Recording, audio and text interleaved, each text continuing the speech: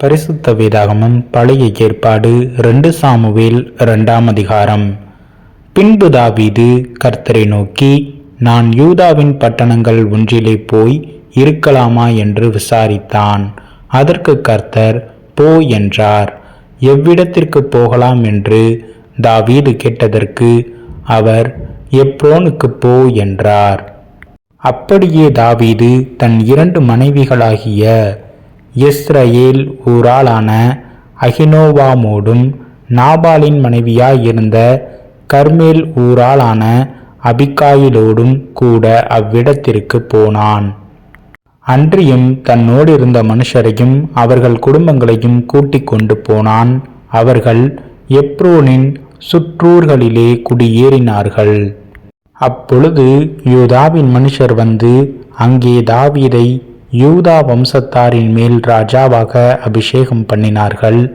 கீலேயாத் தேசத்து யாபேசின் மனுஷர் சவுலை அடக்கம் பண்ணினவர்கள் என்று அவர்கள் தாவீதுக்கு அறிவித்தபோது, தாவீது கீலேயாத் தேசத்து யாபேசின் மனுஷரிடத்தில் ஸ்தானாதிபதிகளை அனுப்பி, நீங்கள் உங்கள் ஆண்டவனாகிய சவுலுக்கு இந்த தயவை செய்து அவரை அடக்கம் பண்ணினபடியினாலே கர்த்தர் உங்களை ஆசீர்வதிப்பாராக. கர்த்தர் உங்களை கிருபையும் உண்மையுமாய் நடத்துவாராக.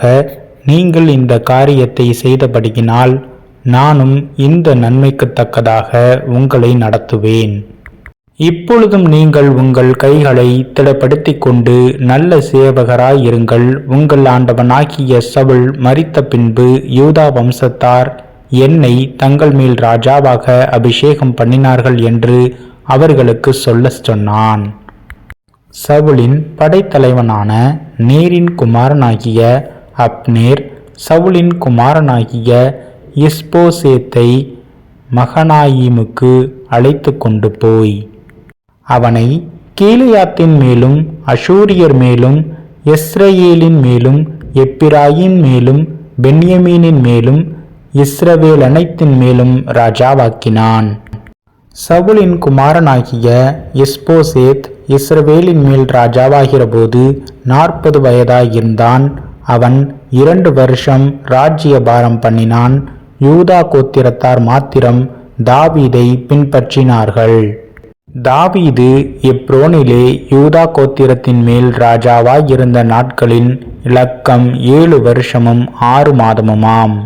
நேரின் குமாரனாகிய அப்னேர் சவுலின் குமாரனாகிய இஸ்போசேத்தின் சேவகரை கூட்டிக் கொண்டு மகனாயிலுமிருந்து கிபியோனுக்கு புறப்பட்டு போனான்.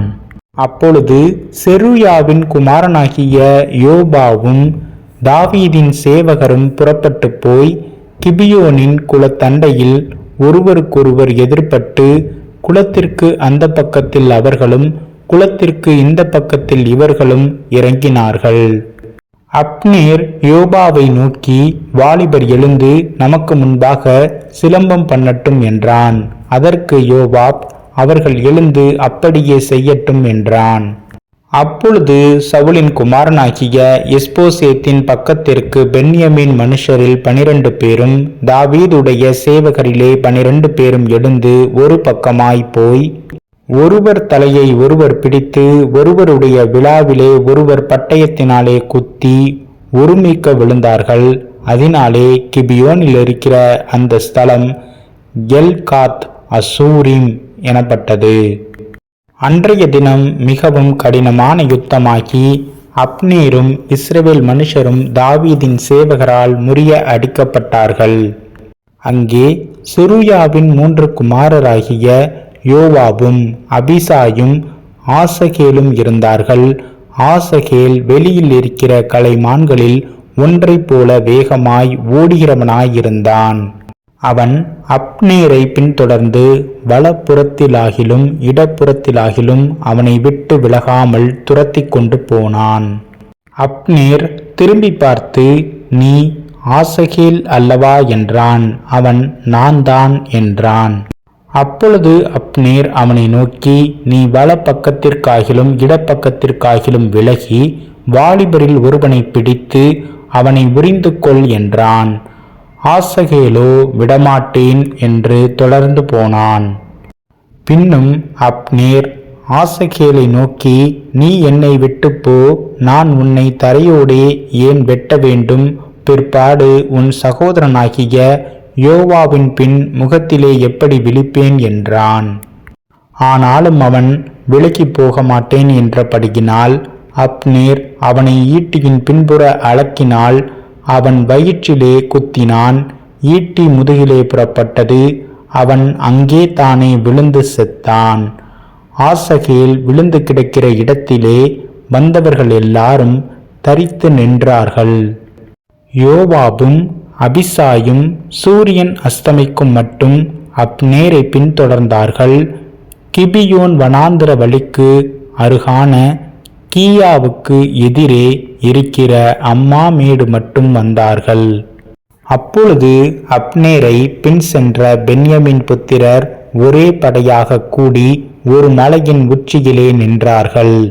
அப்பொழுது அப்னேர் யோவாபை பார்த்து கூப்பிட்டு, பட்டயம் எப்போதும் சங்காரம் பண்ணி கொண்டிருக்க வேண்டுமோ? முடிவிலே கசப்புண்டாகும் என்று அறியீரோ? தங்கள் சகோதரரை விட்டு பின் வாங்கும்படிக்கு எந்த மட்டும் ஜனங்களுக்கு சொல்லாதிருப்பீர் என்றான். அதற்கு யோவாப், இன்று காலமே நீர் பேசாதிருந்தீரானால் ஜனங்கள் அவரவர் தங்கள் சகோதரரை பின்தொடராமல் அப்போதே திரும்பி விடுவார்கள் என்று தேவனுடைய ஜீவனை கொண்டு சொல்லுகிறேன் என்றான். யோவாப் எக்காலம் ஊதினான். அப்பொழுது ஜனங்கள் எல்லாரும் இஸ்ரவேலை தொடராமலும் யுத்தம் பண்ணாமலும் நின்று விட்டார்கள்.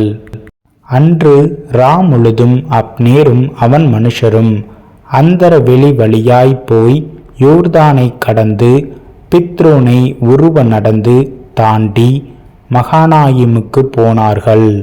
யோவாப் அப்னேரை தொடராமல் ஜனங்களை எல்லாம் கூடிவர செய்தான். தாவீதின் சேவகரில் 19 பேரும் ஆசேகேலும் குறைந்திருந்தார்கள்.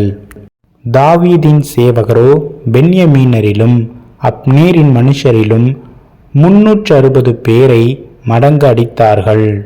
அவர்கள் ஆசகேலை எடுத்து பெத்லகேமில் உள்ள அவனுடைய தகப்பன் கல்லறையிலே அவனை அடக்கம் பண்ணினார்கள். யோவாபும் அவன் மனுஷரும் ரா முழுவதும் நடந்து பொழுது விடியும் போது எப்ரோனிலே சேர்ந்தார்கள்.